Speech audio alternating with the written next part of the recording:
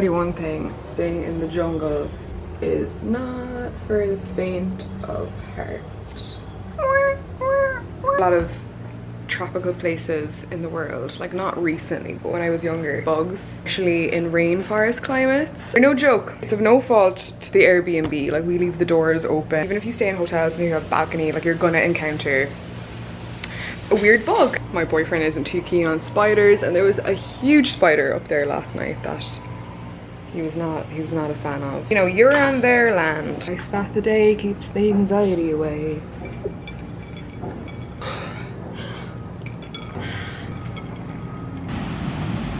Holiday has been very sweaty. It hasn't really been super cute outfits, but there's this one, and it's one of the last days that I really wanted to wear. I thought the colors looked really nice. But how nice are these colors together? The skirt and the top is from Lioness. Feel good for 1 or 2 nights, because I've definitely just been a sweaty mess, very casual, laid back, as it should be, because I feel like there's so much pressure to get nice Instagrams, etc, etc on your holidays. It's nice just to sink in and relax and just surrender to it and not really be too concerned with all of that stuff. Okay, the hair's been flipped. I knew that there would be a time at some point of this trip that I would want to do a little sit down segment and just talk about something meaningful, chat like about deeper topics and things that are just, you know, a little less surface level, things that are going on in my life, things I think that you guys can probably relate to. Just knew something would come to me. Life just never seems to be dull. It keeps me on my toes. Lo and behold, I feel like I've got some things to talk about. Had a beautiful time here in Nosara, Costa Rica. So much core memories made with new friends, old friends. Firstly, been here 10 days, and between right before we left and now, there has been a lot of developments. Almost the middle of January now, and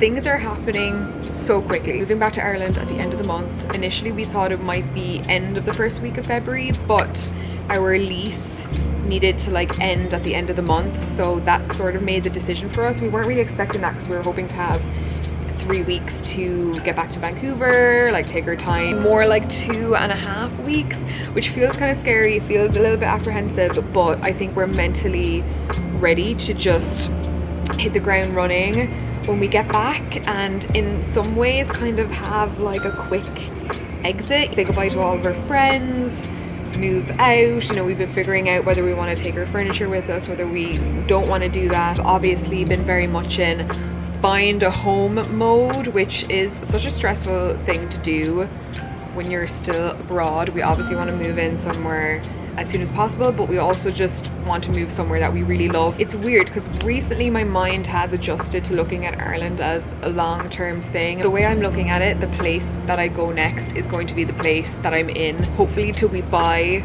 or build something in Ireland. I don't know, that's like way too far ahead right now, but we really want to get it right with the rental because I don't want to move again for a while. There's been a lot of shifting parts, a lot of us moving around, and I just want to feel stable for at least 2 years. In 2024 I want to live and breathe manifestation, and that includes just a bigger space. One property we're both trying to manifest so hard. I don't even want to tell you about that because I don't want to jinx it. This week was such a reminder of how 2023 felt, and I was hoping to like leave this energy behind and just ride those high waves, but life has been such a collection of up and downs. Highs were high and the lows were low, and even today, like today was such a hard day. Yesterday also, both days I really had to manage my like worry and my anxiety, health fear, all of that kind of stuff. It was a high and low day, you know. I woke up after a month of checking my emails constantly to that little sliver of hope. Getting that viewing appointment, getting that far even feels like such a win. And look, if it doesn't work out, it's not meant to be. Like, I've very much been in that mindset. The low being, my dad is in hospital again. I don't know if it's just me and my family, but pretty much every time I'm on vacation or in like a more inaccessible place than I usually am, something always happens at home. Actually, we thought it was another fallout thing from his recovery after his 3rd brain surgery, which you guys have all been on the adventure on since summertime. Anyone is going through like family health stuff or even health stuff yourself, go back and check on those vlogs from like August time. I think a lot of you found comfort in them to, you know, feel like someone else is experiencing those real life low points that are just so out of our control. Anyway, it turns out it's nothing to do with his brain injury. He actually caught the shingles and a bacterial infection. So before his diagnosis, honestly, my mom thought he was touch and go.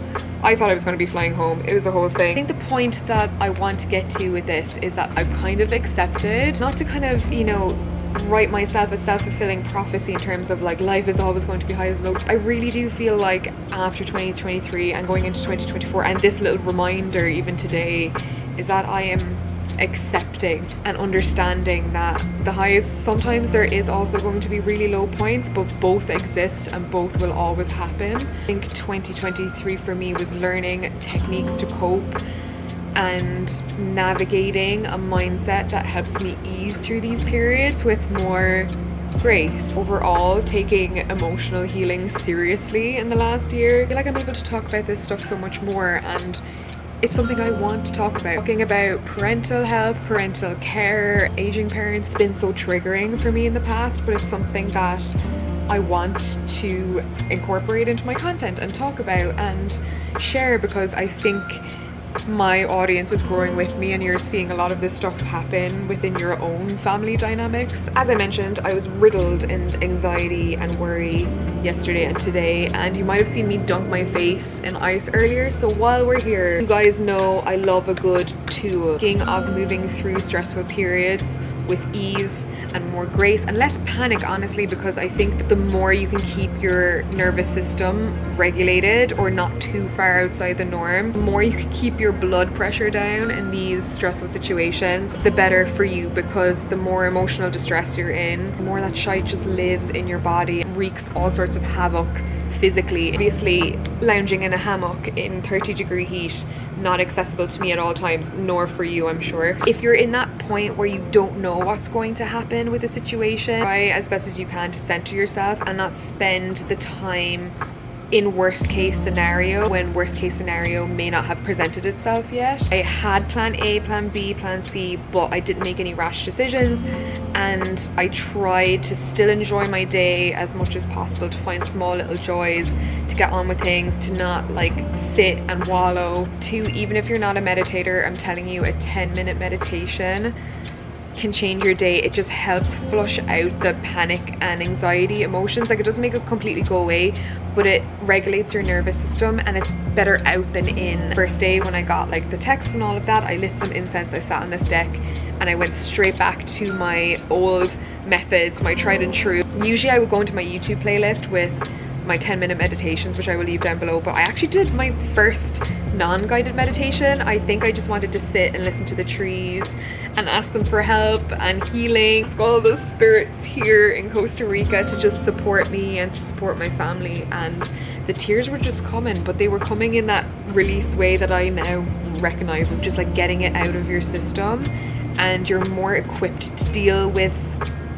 uncertainty and news. Even if you're not a meditator, honestly, just pick a 10-minute meditation from YouTube with the words that you're feeling, like anxiety, stress, health stress, whatever, and there will be something. Third thing, which you saw me do earlier, was dunk my face in ice. This is incredible for any type of anxiety, but dunking your face in an ice bath is essentially the same effectiveness as going for like a cold plunge or like going for a swim in a really cold lake. Like, we all know that this is very healthy. I've heard some kind of doctors say if that's not accessible to you, just dunk your head in an ice bath. Try and do it on and off for at least a minute till I feel like I've had enough. Only will it to puff your face after you've been crying, resets your nervous system. I think it might have something to do with the vagus nerve as well. I think if you have any sort of anxiety, it's a really easy, cheap way to just have a better start to your day. And if there's sunlight, to get 20 minutes of just sun rays, even if it's cold, just find a sliver of sunlight, unfiltered if possible, like outside is best, and just absorb